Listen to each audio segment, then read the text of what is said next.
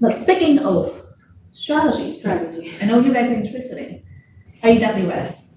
Okay, remember this word, and it's not Amazon Web Services.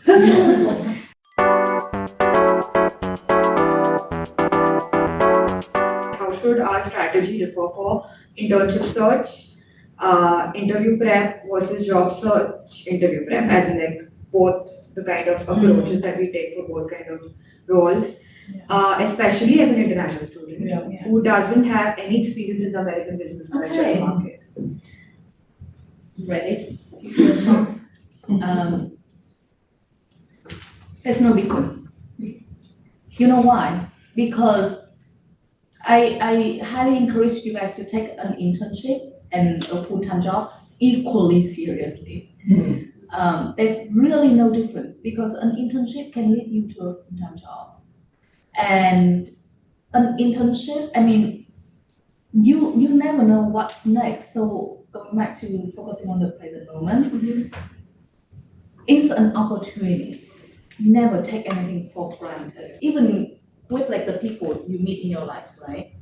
For example, I don't think that you guys are less important than my professional network, if that makes sense. Okay. Does it make sense? Yeah. And I have that mindset everywhere I go. I don't grade people based on how, like I don't discriminate things. I think that is important to understand your priority, right? So I mean, if you receive the offer for both an internship and a full-time job, yeah, probably go for the full-time job option. But don't discriminate things or people. You never know. Like someone who you may look down on now, maybe someone that you can't even talk to in the future, and vice versa. Someone that you think that they are behind you now, maybe in the future, you can't even get the time to or like catch up with them. And I've seen people going through, and this is how I also go back to like my reflection of like the real life examples that I've seen. I've seen people who had a very early successful start, and some really, really rich and famous people that I know in real life as well, and their life just started to go downhill after a while. And I think that's something I always kind of put things in perspective for myself, that you never know what other people's journey is going to be. Same with your own journey. And I learned to not discriminate people because of who they are now at the moment. And that is also the kind of like, whatever that I hope I will receive is what I embody myself first. But speaking of strategy, I know you guys are interested in. Let me think. AWS. Okay, remember this word, and it's not Amazon Web Services. Just remember the three words AWS. Regardless you're international student or domestic student, but I feel like because a lot of you are worried of the chance you can have here, right? A stands for abundance mindset. This is the mindset and you need to embrace. It's the same thing with relationship. Let's come back to that as well. You will never have a happy relationship, right? Like how many of us have relationship before? I mean, a lot of us, right? A lot of us. And we can speak to that. Like if you feel like the one that I want is the only one that I want, chances are it's not happening. Okay? Chances are it's not happening. And because that's a scarcity mindset, and you're literally locking that person, the one, in your mind, and you don't open your mind to other options, opportunities that you have. But someone who has the abundance mindset is that, going back to what we talk about the no, is that if it's a no, it means that there's something is meant to be for you, waiting for you somewhere else. And that stands for little A. That was something that I already embraced when I interviewed for jobs. I never came with the energy that I'm desperate for a job.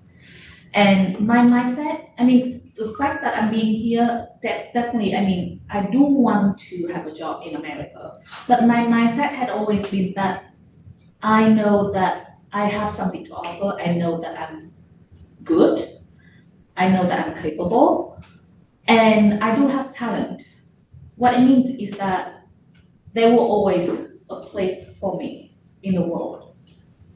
And that abundance mindset allowed me to go to interviews and have conversation where I do still show respect and humility in the job interviews, but I embrace the fact that it may be America or it may not be America.